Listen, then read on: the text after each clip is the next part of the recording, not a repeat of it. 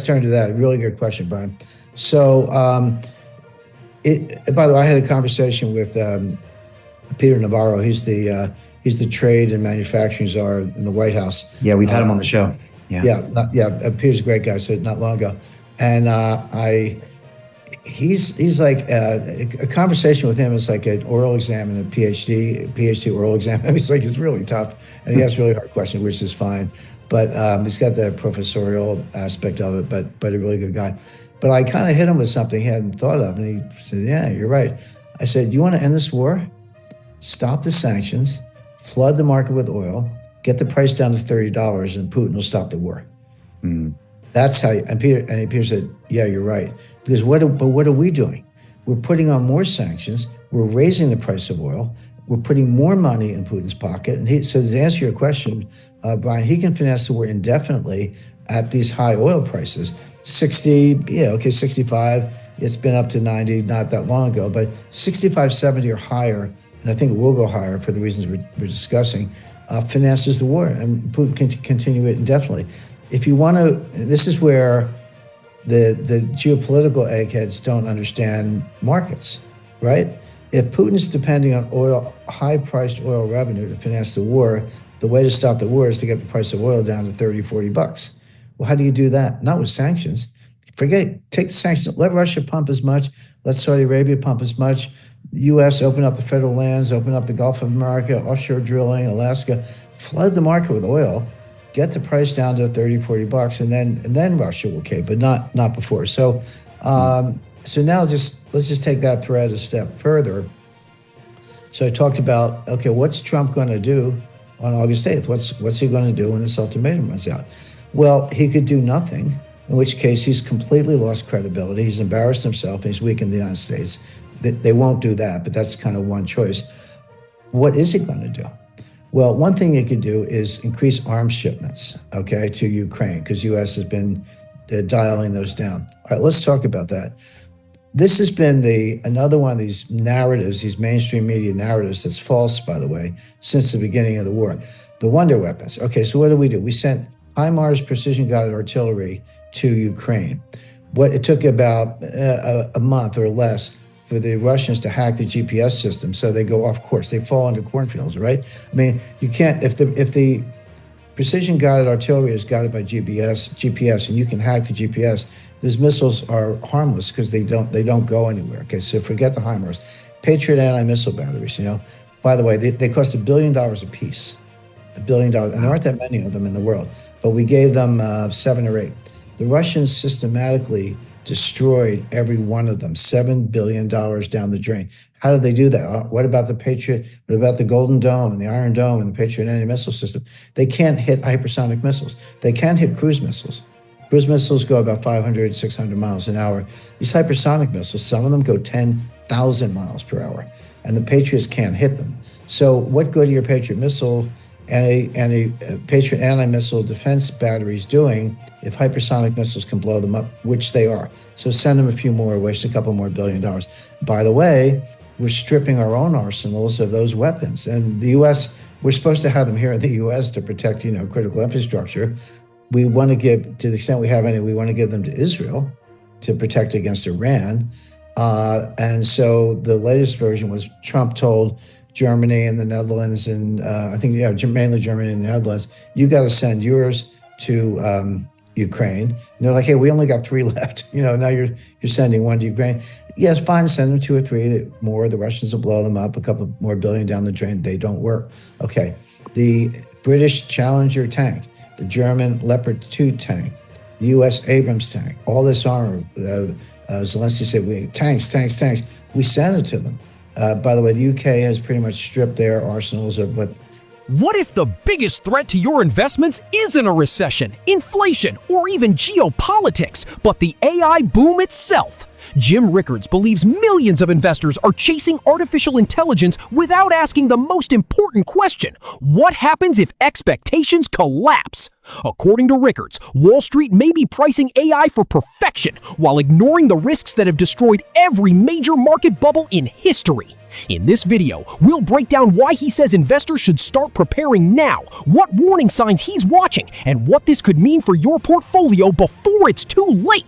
The few challengers they had left, same thing with Germany and the Leopards, same thing with the US and the Abrams, they were all left burning on the battlefield. They're too heavy for Ukrainian soil. They're not well suited, and they were invented before the creation of the drone. So using drones and precision-guided missiles, etc., Bradley fighting vehicles burning on the battlefield, tanks burning on the battlefield. They did nothing. What about the F-16s? Remember, Biden spent 2 years, are we going to send them F-16s or not? Well, we finally did. Why don't you hear about them? Because they're getting shot down by the Russians. I mean, but with the A300s or the A400s, the S-400s, that's the Russian surface-to-air anti-missile system. So we've sent them all the wonder weapons, and they don't work. In fact, the implications of that are even scarier, which is, NATO sent them all their weapons. They've been blown up and destroyed on the battlefield in Ukraine. They don't work. They haven't stopped the Russians. What's stopping the Russians from going to the English Channel? Nothing. I mean, they're not going to. It's not my forecast. I'm just saying that NATO is actually far from turning the tide in Ukraine. They've proved how impotent they are against the latest Russian weaponry and technology, hypersonic missiles, digital warfare, drones, etc. And who's joined in? Iran and North Korea. We're making them stronger. So every single thing about this has been disastrous for the West, U.S., but obviously NATO and UK and France also. So just to round out this part of the discussion, why will sending more weapons to Ukraine make a difference? The answer is it won't. Okay. So it's the same failure. So what's left? Well, economic sanctions. Okay, 100 sanctions haven't worked. Why not try 101? But here's where and I said earlier that it's all connected, like on a global basis. So now what Trump wants to do are called secondary sanctions. So we've sanctioned, but you can't sanction Russia anymore. We've sanctioned everything. They can't export. They can't get high technology. Their oil's illegal, et cetera, et cetera. A secondary sanction is when you find another country that's doing business with Russia and you say, hey, if you do business with Russia, we're going to sanction you. Well, who's the you? China and India. Because China and India are buying Russian oil, paying dollars, and that is financing the war effort, propping up the Russian economy, no question about it. So, but we haven't been able to stop Russia's exports. So we're saying to China and India, you stop buying Russian oil, we're going to sanction you.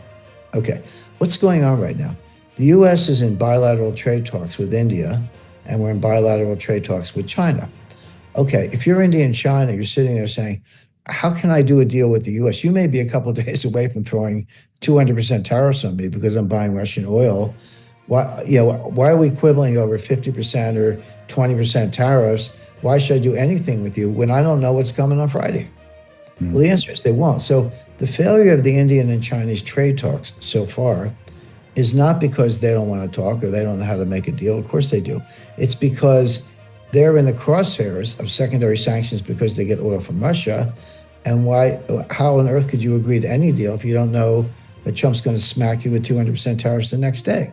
It would be ridiculous to make a deal. So this, again, sorry to go on, Brian, but I'm trying to show how from Ukraine to Russian oil exports, imports by China and India, which those countries need to run their economies, to primary sanctions that have failed, military aid that has failed, now to secondary sanctions, which will also fail, but they'll fail in a more spectacular way because they're going to blow up normal bilateral trade talks. I mean, this whole thing is a mess. They have by the way, I tell this to people in the Trump administration. I get a hearing, but it doesn't seem to change the analysis.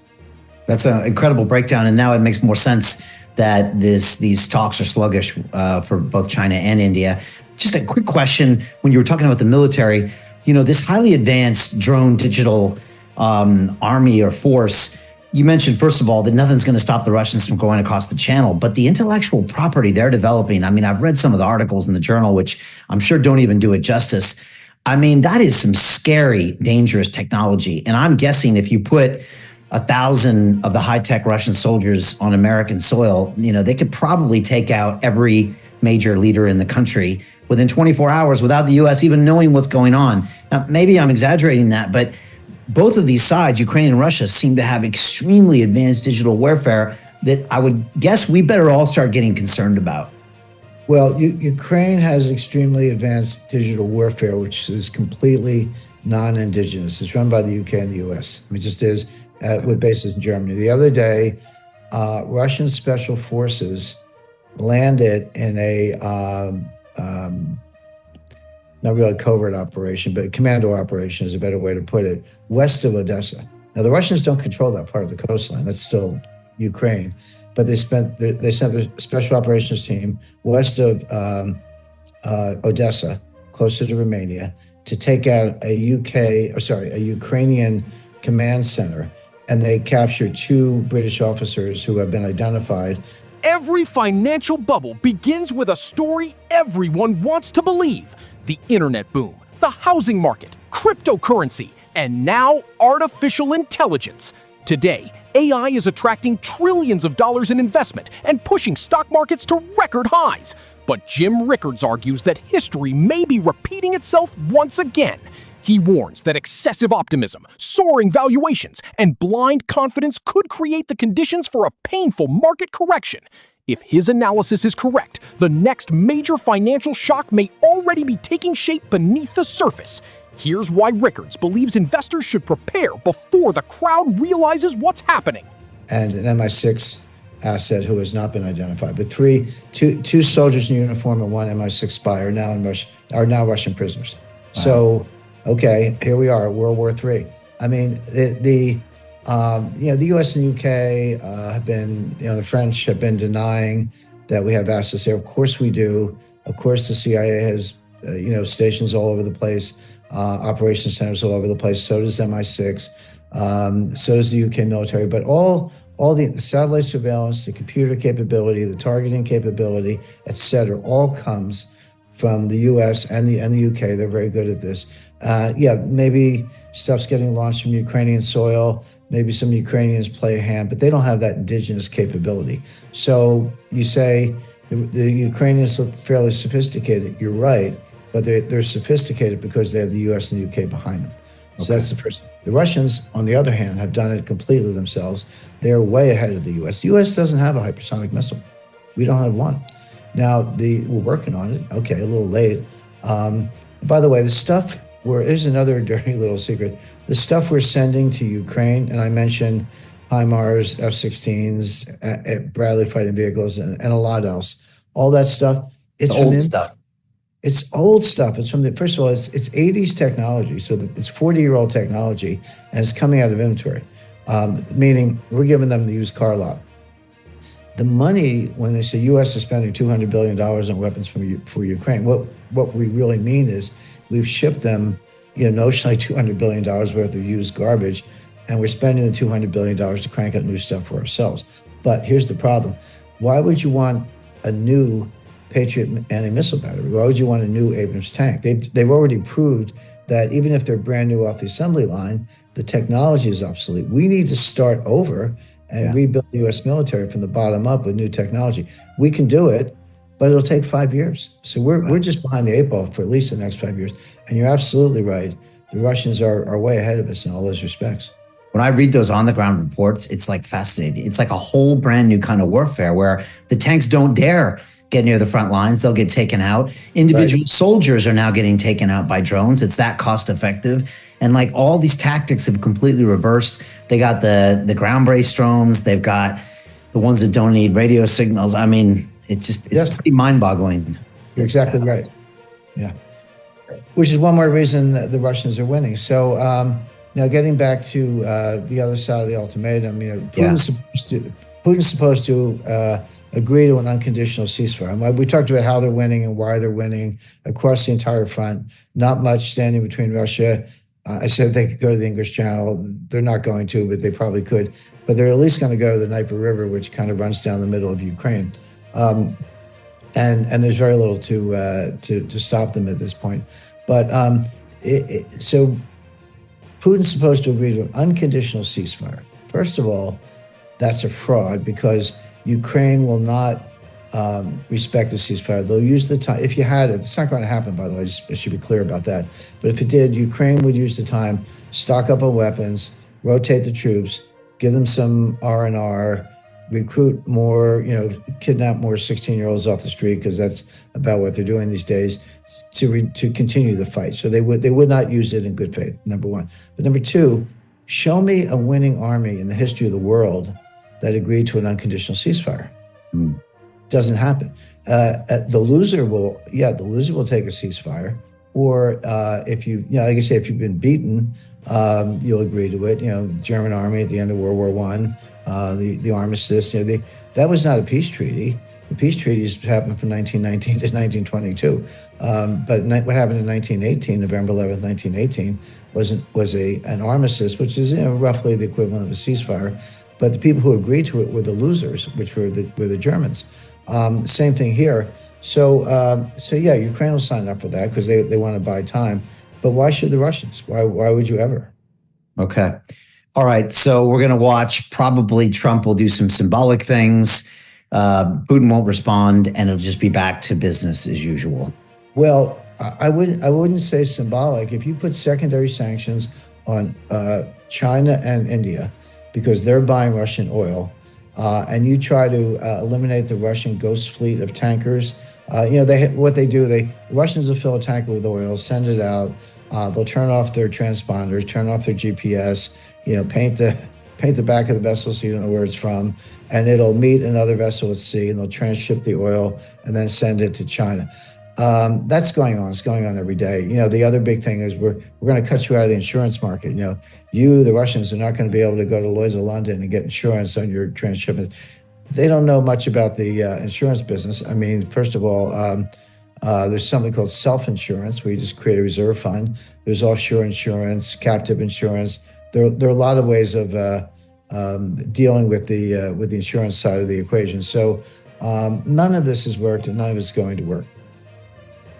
Jim Rickards says one simple mistake could cost investors billions. While everyone is celebrating the AI revolution, he believes Wall Street may be walking directly into another financial bubble. The warning isn't about technology itself, it's about unrealistic expectations, extreme valuations, and investor psychology. If confidence begins to crack, the sell-off could spread far beyond AI stocks. So what is Jim Rickards seeing that most investors are missing? And why does he believe now is the time to prepare rather than celebrate? Stay with us as we break down his latest warning and what it could mean for the future of the market. No, that's a really powerful thought there. And so they're just going to, my question is, will they attack both India and China with these secondary sanctions, or is that just something that's just not going to be possible? It's a really good question, Brian, but look at it both ways. If they do, you're probably going to send the price of oil on its way to $80 because you're going to be doing other things, including trying to, eliminate Russian exports in the physical sense. If they don't, Trump loses face. Like you said, the weapons they're not a joke, but they're not effective. So Trump either completely disrupts the global oil market to the benefit of Russia. Who benefits from higher oil prices? Russia and Saudi Arabia. But you're either going to do that, put more money in the Russian reserve fund, Russian reserves, or you're going to lose face. So you have two bad choices. So why did you put yourself into this box? The answer is Trump listened to really bad advice from a bunch of warmongers who think Putin's going to cave. They don't understand Putin. I got a graduate degree in international economics and international studies before I went to law school. But I did that in the mid-'70s at the height of the Cold War. And it was the Soviet Union at the time, but it was still Russian leadership and Russian mentality. And we studied it very, very closely. And I had a good working knowledge of it. But the people running policy today, they're a generation younger than I am. They got their training in the 90s. What was going on in the 1990s? The fall of the Soviet Union. Yeltsin was like an alcoholic, running around on a tank. Putin was the up-and-comer. He didn't really take power until around 2000, 1999, 2000. But Russia in the 90s was the Wild West. There was no law and order. It looked like it was imploding internally. That was not an exaggeration. So the U.S. scholars at the time said, "Oh, this is easy. We can break up the Russian Federation. We can loot the place. We can make them just like us, make them, dance to our tune, etc." And Putin's a punk who came along and ruined the game. And they hate Putin for that reason. Again, I came from an older tradition that took Russia, again, Soviet Union at the time, but really Russia, took it seriously, considered it to be a world power, and understood how Russians think. And I've been to Moscow and I've spent time there. I have friends there. Had some very, very interesting experiences there. But I once ran into a Russian. He said, Jim, the reason Americans don't understand Russians is because we're white and you think we're just like you are. We're not. They're a different culture, a different civilization, a different religion, the whole Orthodox, Catholic thing. They come from kind of Genghis Khan, and we come from, from England, basically. And elsewhere, America is fairly diverse at this point, but it's basically Western Europe until recent years. My point being, these are different civilizations with different histories, different cultural modes, and Americans, unless you study it, unless you've been there, do not understand Russia very well, and we're making a lot of mistakes.